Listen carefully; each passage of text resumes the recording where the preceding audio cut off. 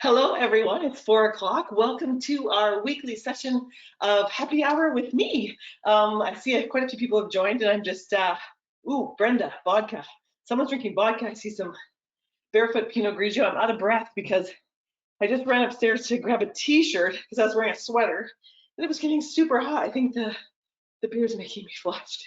So thanks for joining me. We're going to give it another minute or so before we get started. So if you'd like to, just tell me what you're drinking. While we're waiting, I'm gonna see. Oh, someone, Denise. She has wine, and does she ever need this? I think there's a few people out there who might need this today. And really, today is like a Friday, right? Because tomorrow is a holiday. Although I was just speaking with Pip, my marketing manager, and she said, Darcie, for a lot of people, every day is Friday. So we can cheers to that for sure.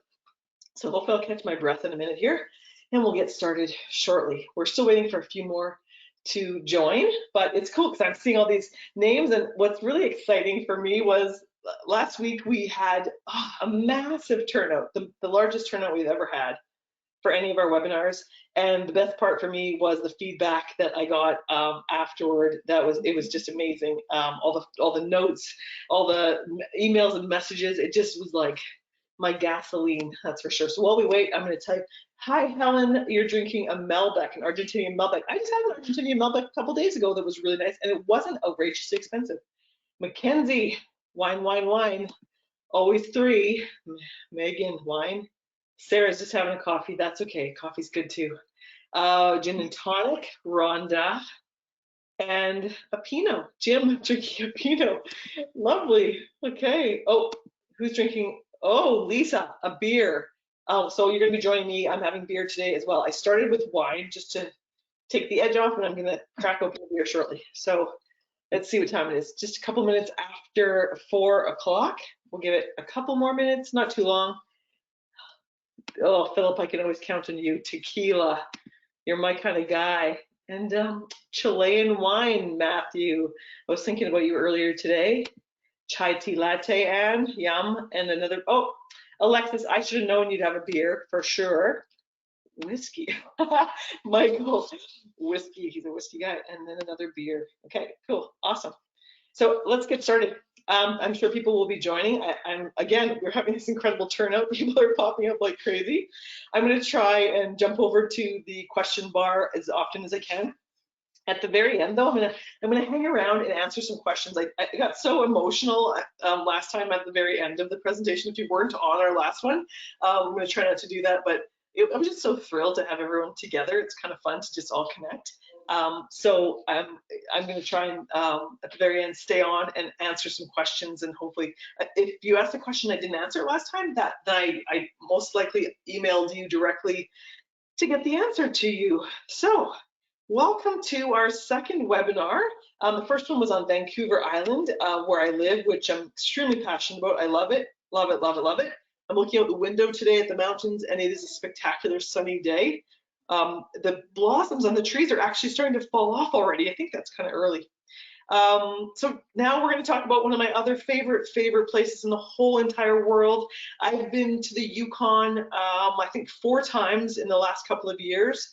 I have a true passion for it, and when I land there, whenever I get off the plane in the Yukon into Whitehorse, where I fly into, I feel like I've come home. That's really how I feel. I'm from Winnipeg originally, and it's interesting because I left a cold climate to come to Vancouver Island to a warmer climate, and I found myself constantly wanting to go north, and it was all subconscious. I didn't realize how much of a chill seeker I actually am, and the Yukon was the place that I kept getting drawn into, and I fell absolutely in love with it. So I'm going to try and have this PowerPoint's a little bit more visual than last time based on some feedback that I had from a few of you, and I do appreciate that feedback, so thanks so much. Someone said, stop bragging. Where are you? Someone's expecting snow. Yeah, I heard that a few places are getting snow. Sorry about that. Let's get started.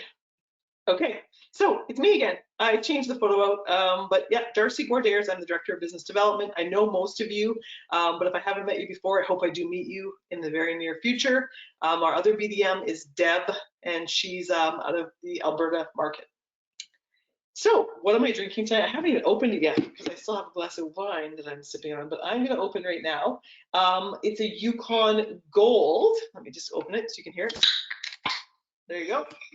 So Yukon Brewing is the company that brews this, and their slogan I love so much. It's beer worth freezing for, which is very appropriate.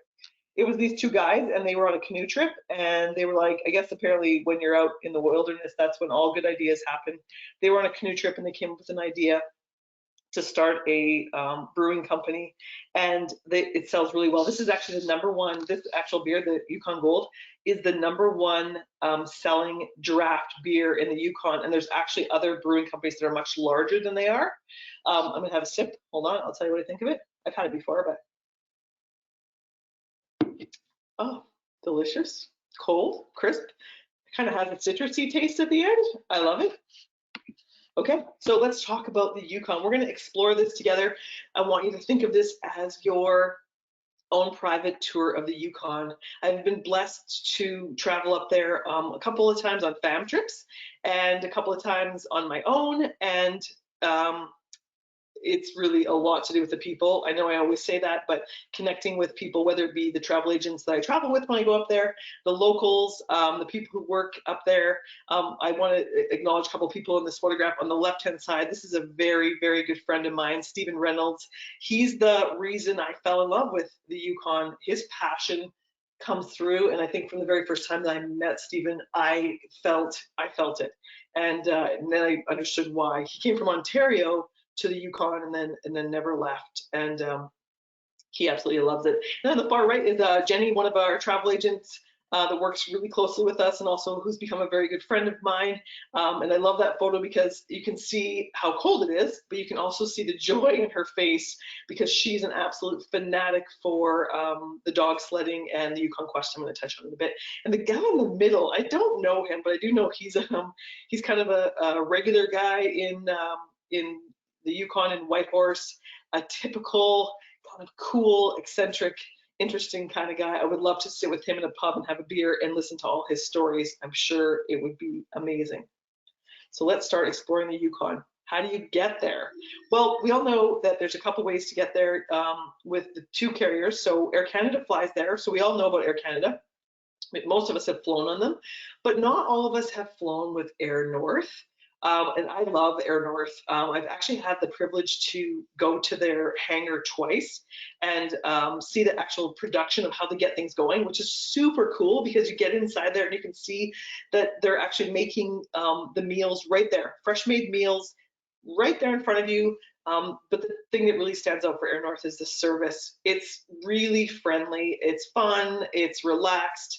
The fact that they have meal service on a Canadian air carrier is huge.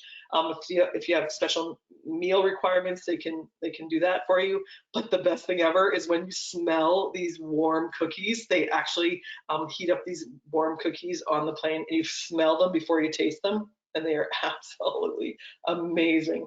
So that's a really nice touch. And so they have all kinds of service, and they actually have service from lots of places. So they have direct flights. I think they're daily from Vancouver. I might be wrong on that, but I think they are daily from Vancouver. And then other flights, they do have nonstop flights, not daily. Some of them are once a week, but Calgary, Edmonton, Kelowna, Victoria even has a flight once a week, direct flight. And then there's other flights different other days of the week that go connect through other places, excuse me, mostly through Vancouver. What's great about them too is they have a larger baggage allowance because a lot of people who are going up are bringing things up to the north with them. So that's great. And something to be noted that I found out was quite often, no, I shouldn't say often, occasionally, the other carrier cannot get out because of weather conditions or fogginess or whatever. Air North seems to always be able to manage to get out of there. So I've been sitting there and the Air North flight is leaving, but the competitor's flight is not. So I thought that was kind of interesting, kind of cool. So this is not the best. This is the best map I could find, and I love it, except for the fact that it's like clearly a stock photo because it has the stock thing on it. But it was my favorite map because it's very clear to see where we're going. We're going to touch a bit today on Whitehorse, and then we're going to head to Carcross, which I think is a really unique, fun place to go. And then Kluane National Park, and then up to Dawson City. So we'd only have like a half an hour to 40 minutes. So I can't cover everything, but I'm going to cover all the highlights and all the things that you might want to do if you take a trip up to the Yukon. And who goes to the Yukon? Like, who goes up here? This place is for everybody. It is great for couples, families, singles, people looking for an adventure and looking for really disconnecting. Like, it's magical, absolutely magical. There's a few things I want to touch on that you may or may not know. It's like 483,000 square kilometers in size. So what does that mean? Because to visualize that, it's like roughly the size of Spain. So that gives you a visual of what the size is. There's about 40,000 residents, and the majority of them are in Whitehorse. There's about 30,000 in Whitehorse, and then about 10,000 scattered elsewhere. And most of the 10,000, from what I can figure, are people who are really just wanting to get away. They live kind of remotely and off the grid, and that's what they like to do. That's why they chose the Yukon. Dawson City, the name. Oh, actually, before we get to Dawson City, the name Yukon, it actually means Great River, which refers to, of course, the Yukon River that goes like right across the territory. And something else I learned when I was there recently was like, how did Whitehorse get its name, which I thought was really neat because I got to see it firsthand. They're in the river, in the canyon in the river where the Whitehorse Rapids are. The rapids create these kind of white wispy things, and they actually look like a white horse's mane, and that's where the name came from for Whitehorse. So it's really interesting to learn that. I don't know if you know this, but a quarter of all Yukoners belong to one of 14 First Nations groups. So many of them are artists and artisans, and they live in the Yukon. And so some forms of their artisan projects that they work with, some of them are weavers, dancers, beaters, drummers, and when you're up there, there's all kinds of galleries and things that you can go to see all these things. They have festivals, lots of stuff going on. Okay, so what if you live somewhere that you don't wear that kind of clothing? What if you live in a really warm destination and you want to go up there, but you feel like you're not prepared? We actually have you covered.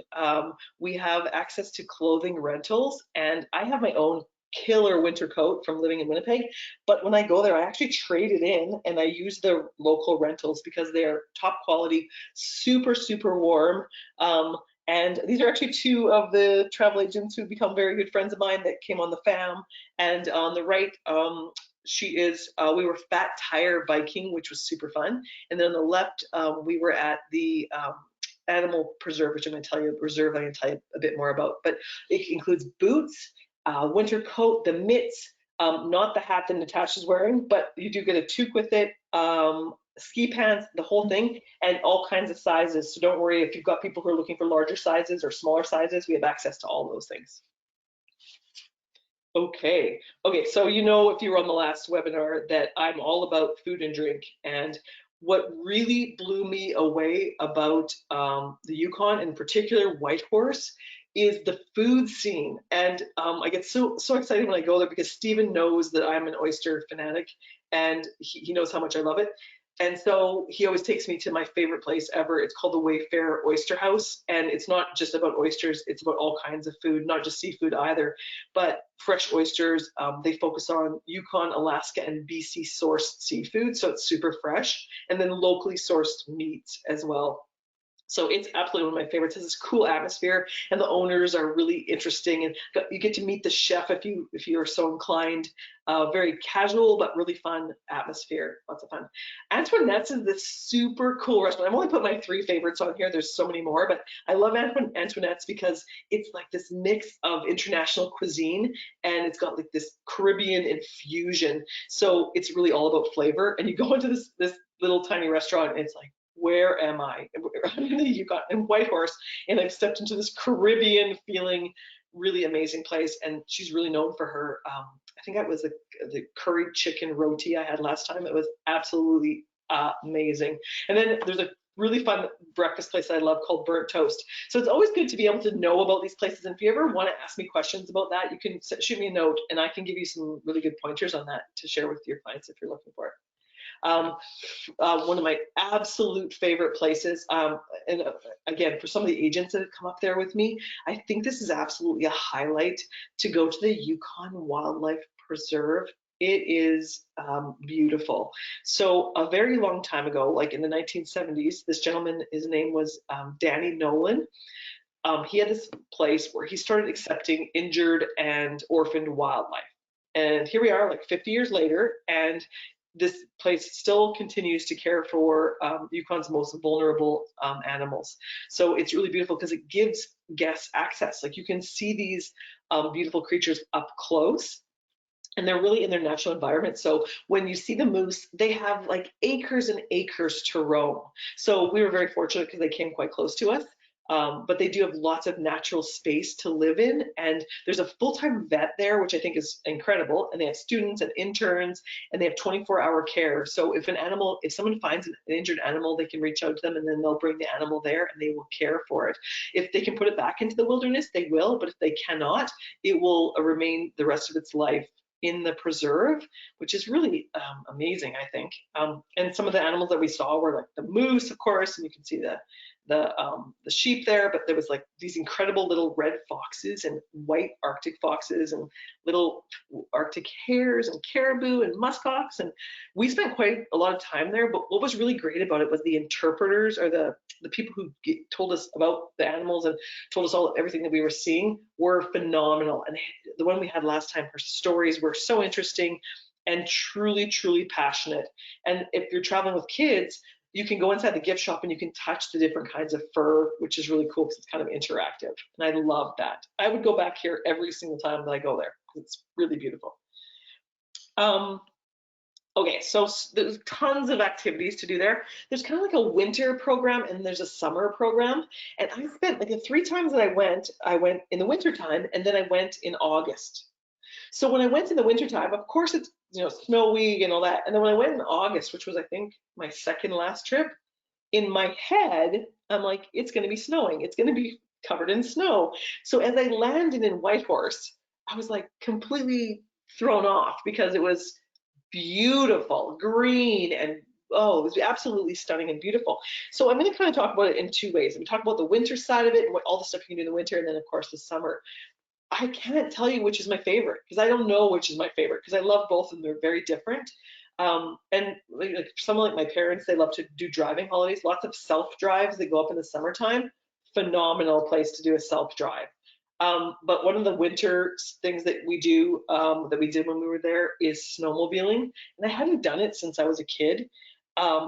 It's just awesome because it really is just you and nature. And if you've got the need for speed, you only go as slow as the slowest driver. So if you've got a group of people that you're traveling with, they're pretty, they want to go for it, you can definitely like go for it. And they'll either take you on a lake, an open lake, or they'll take you down some trails, or a combination of both. And you can do it as a single rider, or you can do it as a shared. So there's 2 of you and you take turns. I kind of preferred the driving by myself because I have complete control and you can just go like super, super fast.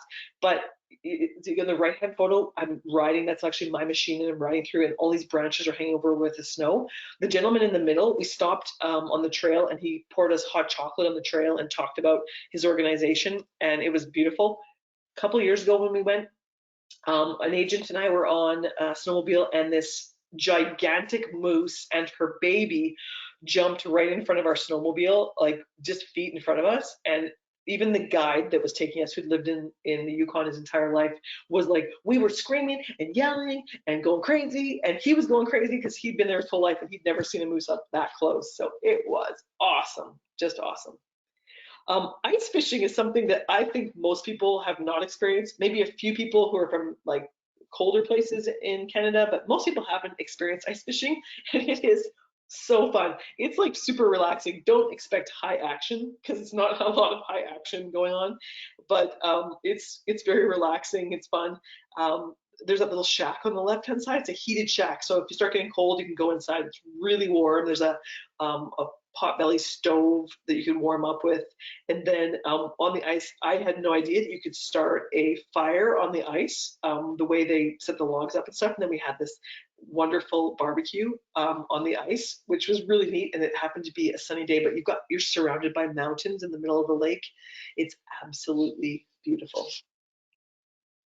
And then a must do, absolutely must do when you're in the Yukon is dog sledding. For some people, it's just really about getting in there and snuggling with the puppy dogs. You can get in there. It really was surprising to me that you can walk into the dog sledding area and that all these dogs that are together in this one area, they are tied up, but they're out for runs all the time. So they are very healthy, happy puppy dogs. You can walk up to any dog that you like and snuggle them and pet them. They're more than happy to see you. So you could spend hours literally with the dogs, connecting and bonding with the dogs. And if you're lucky enough to be there when they have puppies, it's just about impossible to get me out of there. It's just incredible. But you'll learn about the history. There is a very strong history, Indigenous cultural history to dog sledding and where it began and how it really contributed to their way of life and how the tradition does still continue for many people. So there's opportunities to go up there and learn how to mush. And my very good friend Jenny, she went up and did actually, I think it was I'm not sure if it's 4 or 5 day mushing program with her husband, and they actually learned how to mush and take care of their dogs. And it was not a walk in the park. It was actually really, really intense. And she came back loving it more than you could possibly imagine. So again, connecting. I remember sitting in the back of the dog, you can sit as a passenger and just relax, or you can learn how to drive it as well. And I went in as a passenger. I had my own little dog sled with someone behind me, and it was about an hour in the dog sled, and I felt like I was meditating. I actually felt like I had gone into a meditative state. It was wonderful. And they asked me if I wanted to drive, and I was like, no, I'm having the best time ever, just relaxing in here. But if you want to drive, you can definitely do that. Really neat.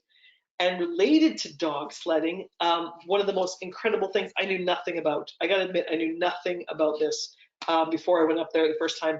The Yukon Quest is this incredible 100-mile international dog sled race. It either goes from Fairbanks to Whitehorse or the reverse, Whitehorse to Fairbanks. 1,000 miles. That is a long way. I should know how many that is in kilometers, but it's like a lot in kilometers. And they have this event. It's every year. It's annual. I've been twice. I went for the beginning of the Yukon Quest. So they have a banquet at the very beginning, the start, and you get to see the dog sleds leave. These guys and girls, probably just as many female women do this race as men, which I thought was so cool. So you get to see them leave in the beginning, and they can be out there for anywhere from 9 days to like 12, 14 days on the trail. And this is them and their dogs and their supplies. They have a couple of mandatory stops, but it is really truly man and dog against nature. It's all about endurance. They literally are risking their lives.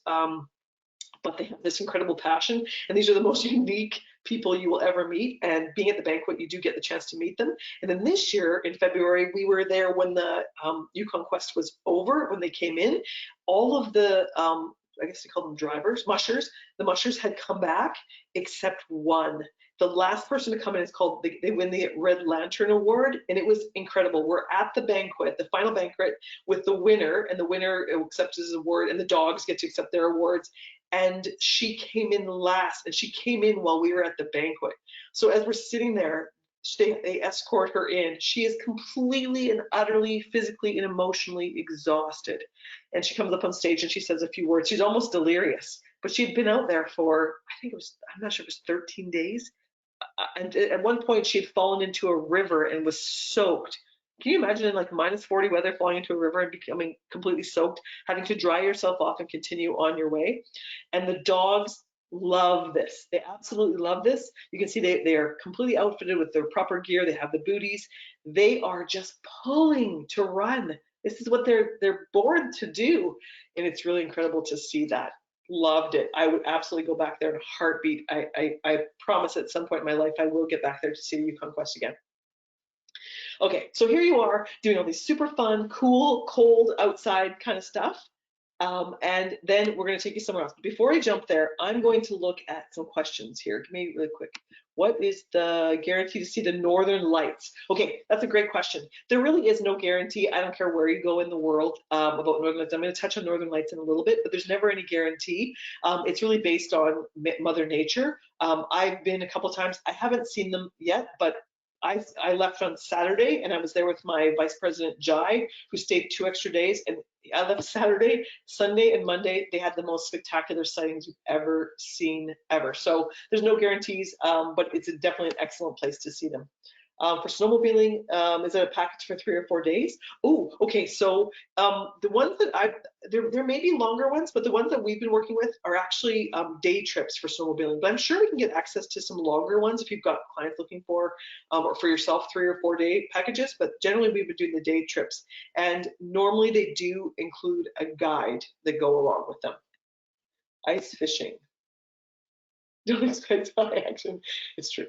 Okay. Oh, and I knew, Matthew, you'd love the peppers. Okay, perfect. Let's talk about glass blowing. Okay, so you go there and you're doing, it's wintertime, and you can do this in the summertime too, but you go there and you're doing all these outdoor activities. So I'm not gonna say you're cold because you're dressed for it. You're dressed appropriately. You've got the hand warmers inside your mitts and one in your pocket to keep your cell phone warm, and everything's great.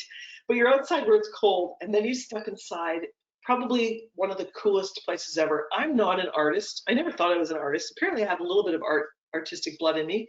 But the first time we went here, and I was told I was going to a glass blowing studio. In my mind, I thought, okay, well, I've seen this before. I go in and I watch somebody blow glass for me, and we'll sit through this presentation, and then we'll get the heck out of here, and we'll probably find a pub and have some beers. But that wasn't the case at all. In this case, you actually are participating. You are the one blowing the glass. So when we got inside and we realized that I'm going to be the one blowing the glass, I went into like complete panic attack. I can't blow glass. I'm not artistic. I can't do this. That looks really hot. I'm really afraid. I don't want. So I got into this kind of, but you know what? It's the coolest thing ever. So it's fully guided. You can see the 2 gentlemen there with Susan in the middle, and those are your hosts. So they walk you through the entire process. So they're basically holding your hand through the entire creation. So you get this big gob of glass and you roll it in those bright colors in the top left-hand corner, and you create these amazing things. And if you look in the bottom left-hand corner, see those 2, they look like giant marbles? I made those the last time I was there. I made those. Those are paperweights. And I actually had to use different tools and things. But I want to give you a little bit of history of Lumel Glass Blowing Studios. It's a really special place. In the top right-hand corner, that is Lou, and she is a beautiful soul. She started this organization, I don't know how many years ago, but she started it in memory of a daughter that she lost, and she created a place that she could find her own spirit again, and she did that, and she shares it with everyone. You feel it when you meet her. And once again, it is about those connections you make with people. She just makes you feel like you're the most important person, and that she's been waiting for you all morning to arrive. And when you get there, as I get so excited when I see what I create, whether it's a glass ball or a flower or whatever, she gets as excited as I do about the creation that I'm doing. I've made ceviche bowls. I've made little trinket bowls. This last time I did those glass what are they called, paperweights. There's all kinds of things you can do. This experience is something that everybody must do if they're going there. And I tell people, oh, someone else is telling me, hold on, don't forget to tell about. Oh yeah, I won't, I promise. I'll talk about Boreal Ranch, I promise. And actually, I don't have a picture here, but I have another agent that was there who works in one of the offices and who has some spectacular pieces. So they bring them home and you share them with everyone. They're great gifts. You've got to do this experience. Your clients have got to do this experience. It's life-changing. It's amazing. So let's talk a bit about Whitehorse before we move out of Whitehorse. And one of the things that you see automatically when you pull into Whitehorse, of course, is the SS Klondike. You can't miss it. It's right there on the banks of the Whitehorse River, or the Yukon River. It's a sternwheeler, and it's been restored to its original appearance from like 1937. And what it does is it pays tribute to an era of riverboat transportation. And the riverboat all ties into the whole part of the gold rush that I'm going to get into in a little bit, because when you think of the Yukon, do not think of gold rush. Of course you do. Gold is definitely a big part of the Yukon. Okay, so before you leave Whitehorse as well, this is an incredible, probably one of the most beautiful cultural centers I've ever been in, called Quedlinburn Cultural Center. And it's right in Whitehorse. You can walk to it from most of the hotels. Definitely worthwhile to stop in here. They have some really beautiful things inside, some incredible artwork, and they do have some people inside who will take you on a little tour if it's prearranged, or you can do your own self-made walking tour through, and it's really beautiful, and you get that really strong connection to the history and the past for the First Nations people. But one really cool thing that they built outside, so at the very bottom, you see those three little shacks, really cute with the solar panels. They've created a program there, and it's called Artists in Residence. And so it's a paid community-based program, and it's during the summer, during the tourist season. So what it does is they showcase Indigenous art. So they have local Indigenous people come in here, and it allows them to show what they can do, whether it be jewelry, moccasins, things they sew, incredible beadwork, absolutely incredible beadwork, and you can watch them as they create it, as well as you can purchase it. And it's the best of First Nations artistry, really. And in conjunction with the Quedlinburn Center, we can set up programs in there. So we can do a program where guests can learn how to do moccasins, create moccasins, learn how to do some of the beading and things like that. Even you can do stuff like fish print art, where you use actual fish to make the print art. It's really unique and different. I've never seen it anywhere else. Very, very cool. This is a must stop. I love this photo. I just threw a few more photos in because last week people were saying, we need more photos. We want to see more of what you're talking about. And this is a photo that Jai, my VP, took while we were there. So this is like the day after I left. I left on Saturday, this was Sunday, and this isn't even out at one of the Aurora viewing places. This is actually in town, right close to the Quedlinburn Center, and you can see it right from the city. Of course, you can see it much better when you're out where there's no light pollution, but spectacular. And this is another one of his photos that he took. So it's not the best quality photo that we have, but I just wanted to show you how bright the color can be, and that we just touched a bit about that as well. So once you get out of Whitehorse, there's lots of other things to see there too, but a really special place is called Carcross, and it's just under an hour outside of Whitehorse. It's like straight south of Whitehorse. And it was originally called Caribou Crossing because this is where there was like a huge number of woodland caribou that migrated through this region. So it was called Caribou Crossing, but then they shortened it to Carcross. It's got this really cool like a desert. There's a little desert there. It's actually the smallest desert in the world. It's tiny, but it's like sand dunes that were caused because there used to be like a glacial lake there a long, long time ago, and then now it's just sand, which is really cool. Sometimes people even go down there and suntan, but it just seems kind of out of place because it's in the middle of these spectacular mountains. But going into Carcross is really a must-see stop because you're going there to connect with the First Nations and the Indigenous culture. And I don't know if you know this, but 1 in 3 international guests coming to Canada are looking for an Indigenous experience. So this place is awesome. It's absolutely perfect. And so you get to see not only their culture, but you get to experience, again, the totem poles. One of the cool things that I got to see when I was there is there's a totem pole that has a face painted on it, and on the side of the face, there's a teardrop coming down. It looks like a teardrop. It's not actually a teardrop. I don't know if you remember this, but when Kate and William, the royals, came to BC, and then they went up to the Yukon a couple of years ago, maybe 3 or 4 years ago, they actually had the opportunity to paint on a totem pole, and William was kind of a bit of a sloppy painter, and a drip fell off of his paintbrush onto the totem pole, and he was like feeling so bad about it, like, oh, I'm so sorry. But they actually said, no, no, no, it's awesome, it's perfect, and they left the drip. So you can actually see where he made the mistake because it's now part of the totem pole, which I think is pretty cool. There's all these little boardwalks and shops where you can buy souvenirs, and like tons of people come here because people come off the cruise ships. Actually, come from Skagway. There's a train that comes in from Skagway, and lots of visitors come in here, and then they have, depending on what time you arrive, they may have like a cultural demonstration, a show of some kind. Can be carving. They actually have these they call them carving sheds. So you can go in and see the totem pole on the bottom being carved there. You can actually see it from like the process. not just the painted totem poles, but what they look like when they first start, which is really, really cool. I love it. We actually had the privilege of going in and meeting a gentleman named Keith, and I can't think of his last name. I'm sorry, I don't have it written down.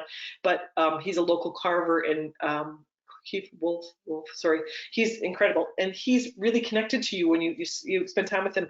It's interactive, very interactive. He tells you stories, and you get to see his carvings, and then a lot of his carvings all have to do with his family.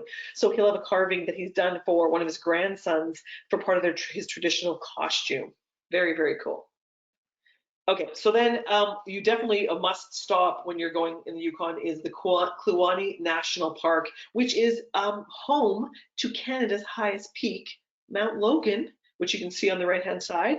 And it's also got the largest ice field and North America's largest genetically diverse grizzly bear population.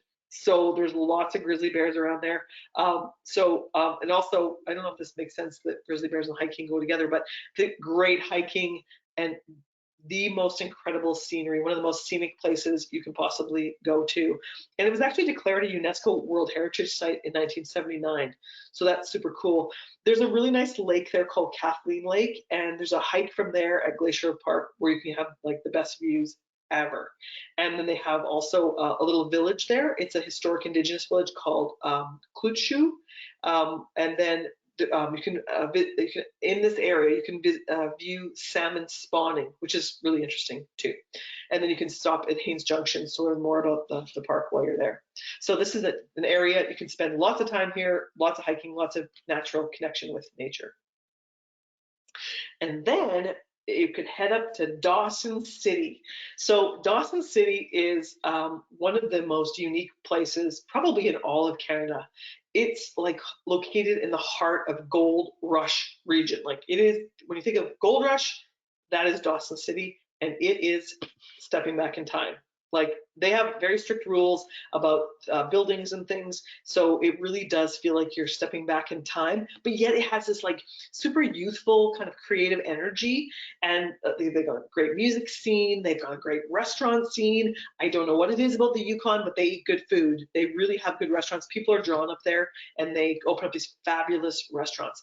To get to Dawson City, it's like about 6 hours to drive in a car, or just a short flight. It doesn't take too long to get up there, but it's awesome.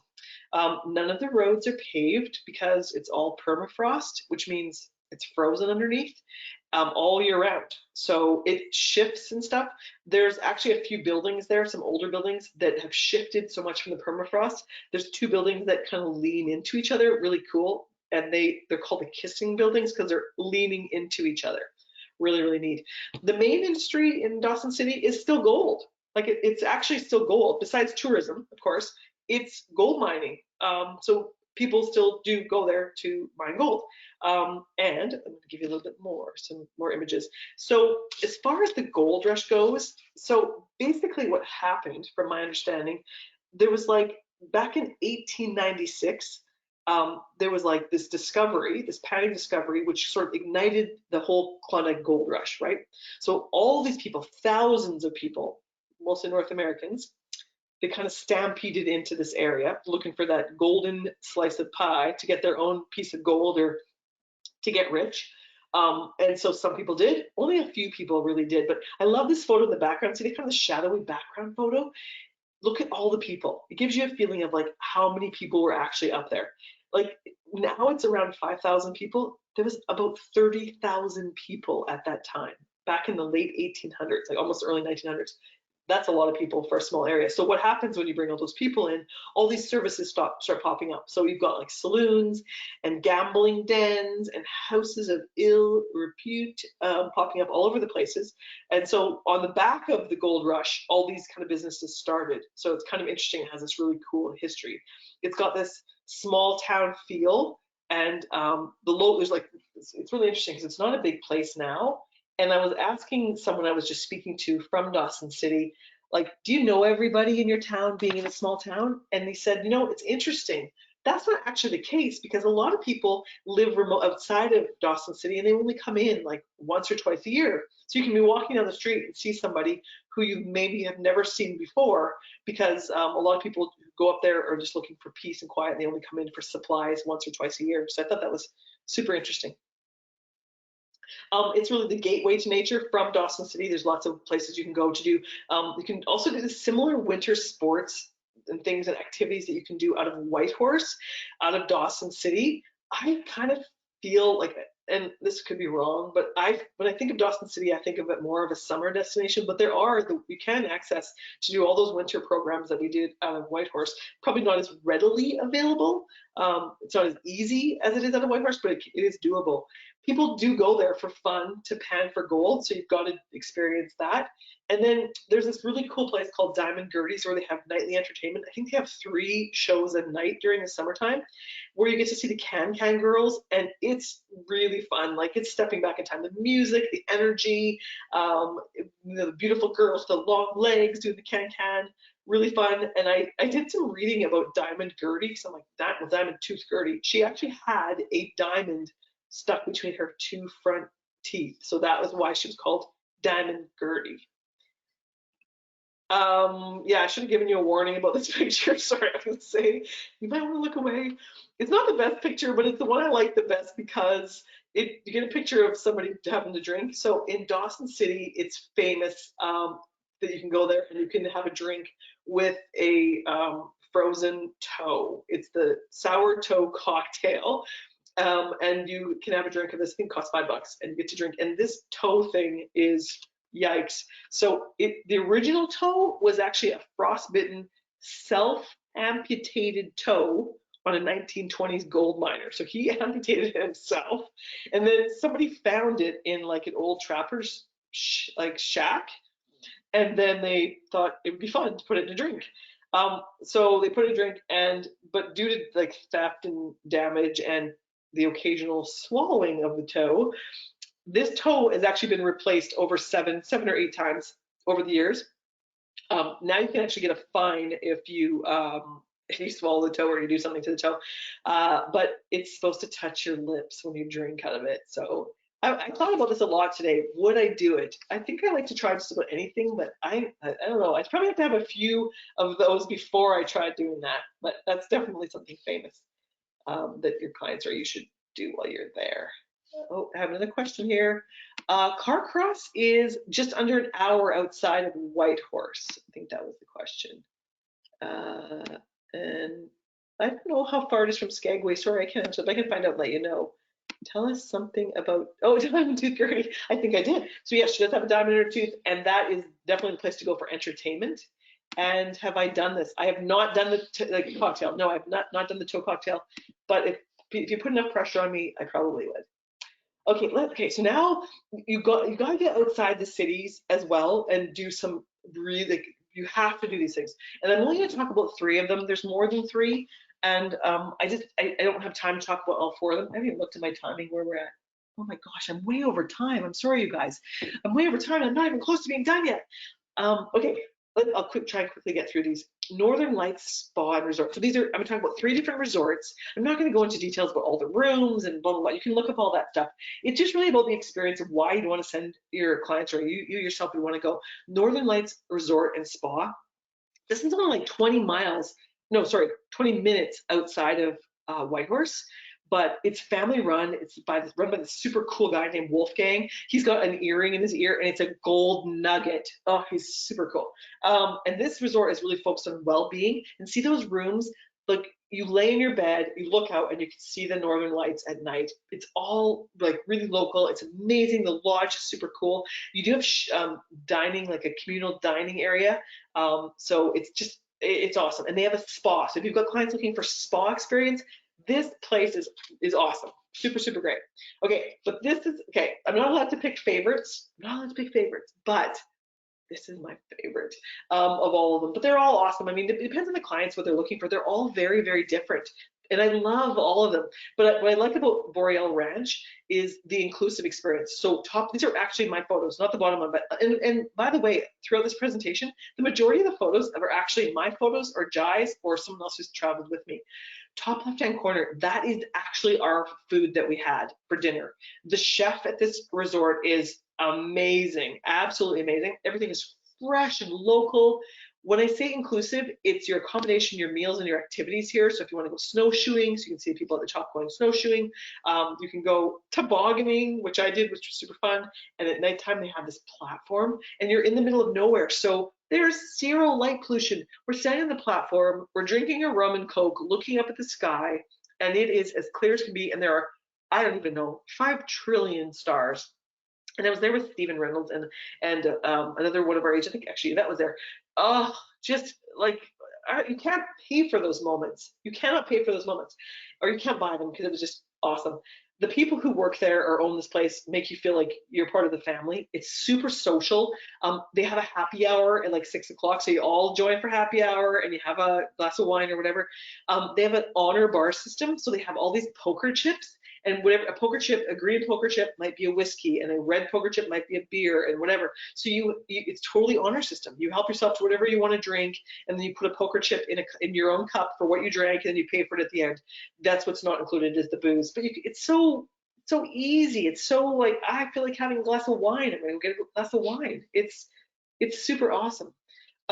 Yeah, so the dining's great, the honor bar's great. I love this place. It's really, there's a hot tub there, fantastic. Let me just go look. I'm gonna see if there's any questions about this one. Sorry, lost my arrow. Okay, what about hold on. What about the horse flies? Oh, that's a great question. Okay, so in the summertime, I was there in August. I've heard people say that before about horse flies or bugs and stuff.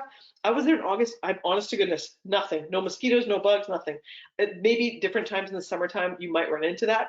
Definitely need, if you're going at certain times, it's worth researching. Maybe in July it might be if it's hotter, to be prepared for that kind of thing. You can get that pretty much anywhere. But for me, it was not an issue at all.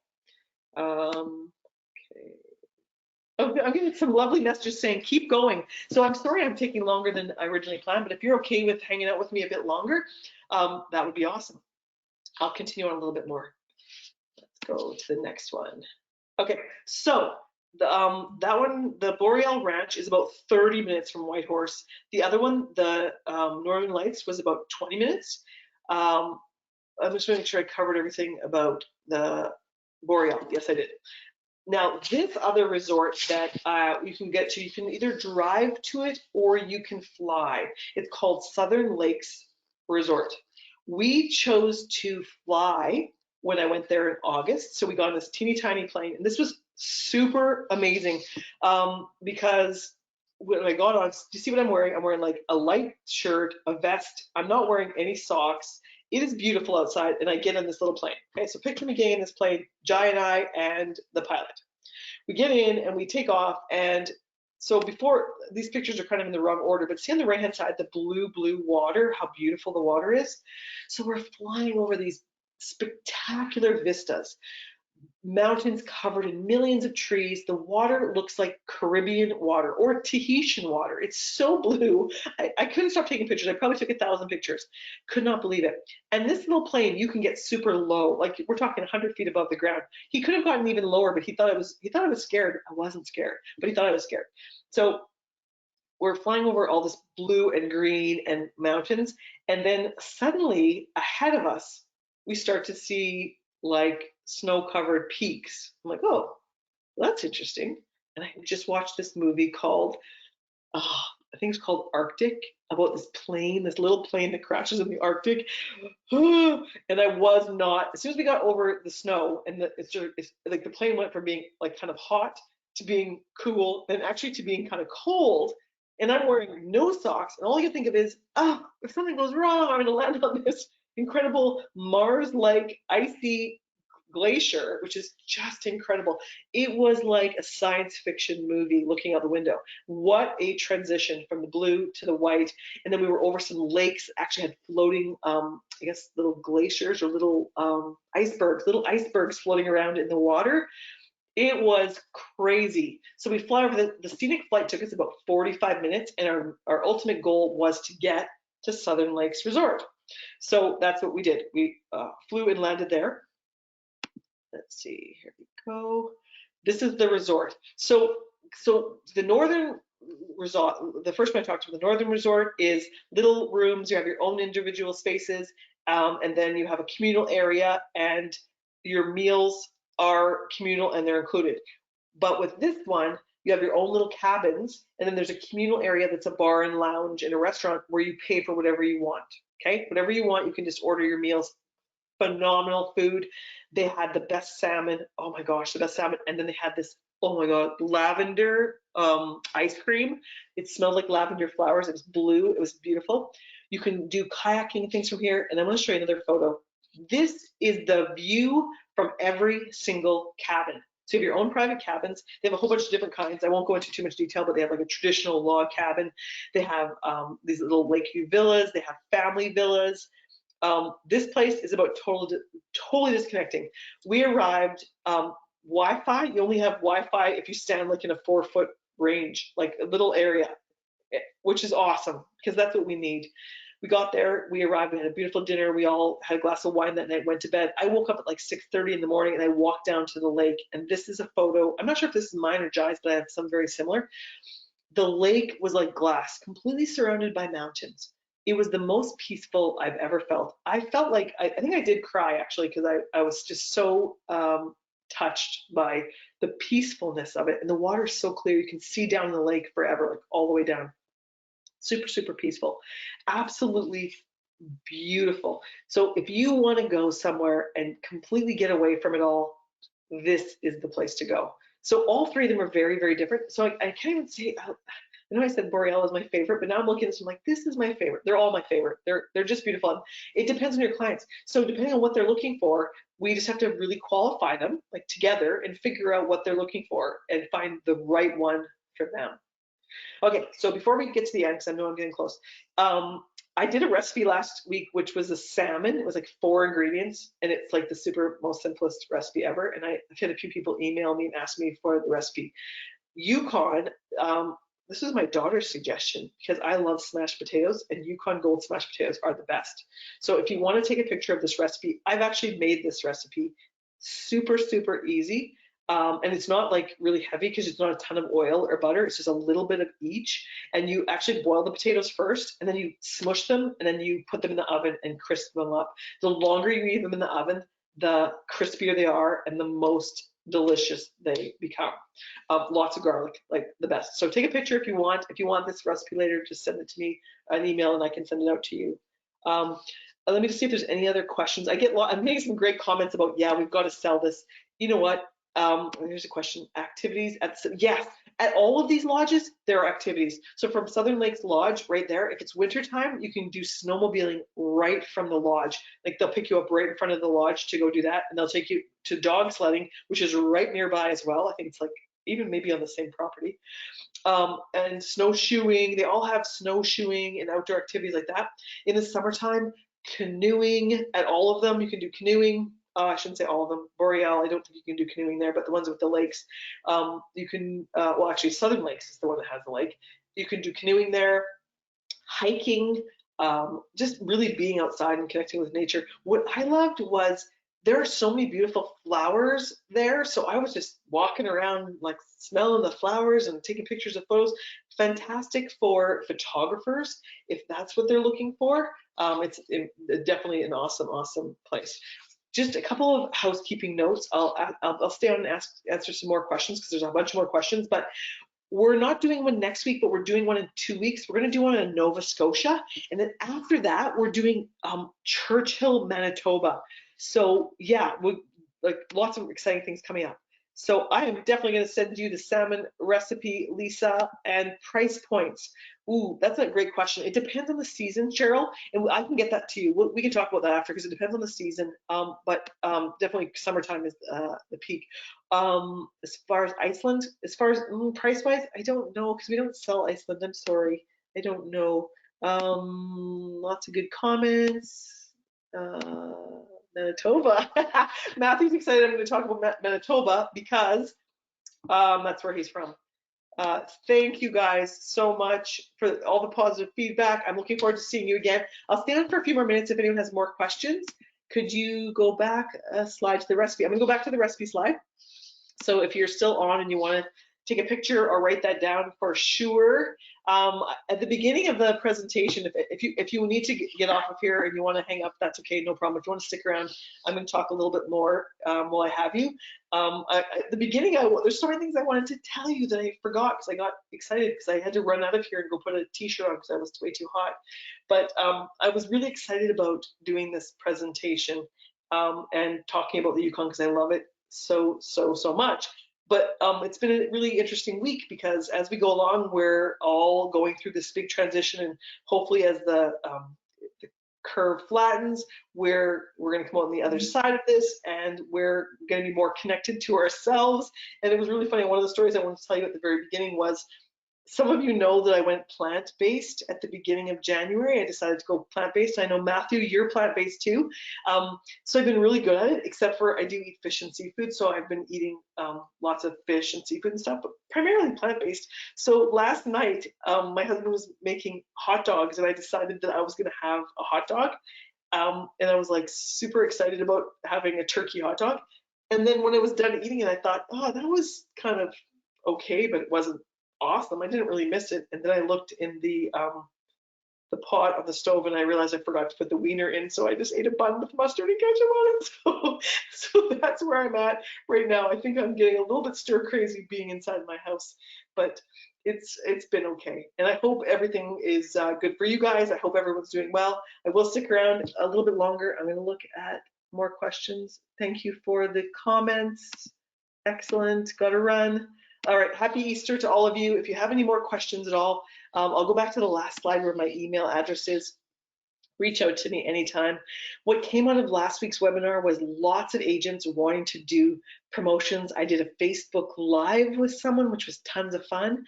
If you want to get out there and just inspire people, and I'm all for that, ask me to do it for you. We can do a Facebook Live, we can do a Zoom call with some of your clients, and it doesn't have to be selling stuff. It can just be about inspiring them, to remind them that you're there.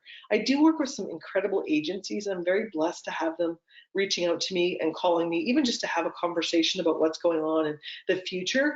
And I do have one particular agency that's really, really proactive, and they're doing things like listening to master classes and webinars and really positive things, and I can feel that energy coming from their office. They're prepared that when the tide turns, that they'll be prepared to be ready to go, and hopefully Canada will be part of that that plan. So we've got all kinds of great product, and my intention today is not to sell to you, but just to let you know that we've got this great stuff for you. So I'll stick around. I'll let you all go. Oh, there's more. Okay, wonderful. I think everyone is done putting questions.